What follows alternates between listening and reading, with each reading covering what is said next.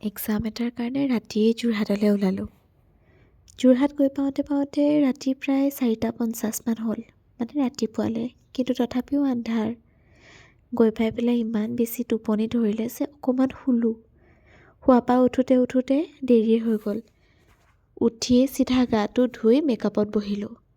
আৰু ইমানেই তৎক্ষণাত মেকআপ কৰিছোঁ। মেকআপ কৰাৰ পৰা চুলি বান্ধা, কষ্টিউম, জুৱেলাৰী গোটেইখিনিত যে ইমান সময় লাগে নহয়। তথাপিতো মই যিমান বেছি সোনকালে পাৰোঁ তিমান বেছি সোনকালে কামবোৰ কৰি লৰালৰিকৈ শেষ কৰিবলৈ ট্ৰাই কৰিছোঁ। আৰু এয়া মোৰ মেকআপ, কষ্টিউম চব হৈ গ'ল। তাৰপিছতে মই পৰীক্ষা চেণ্টাৰলৈ ওলালোঁ।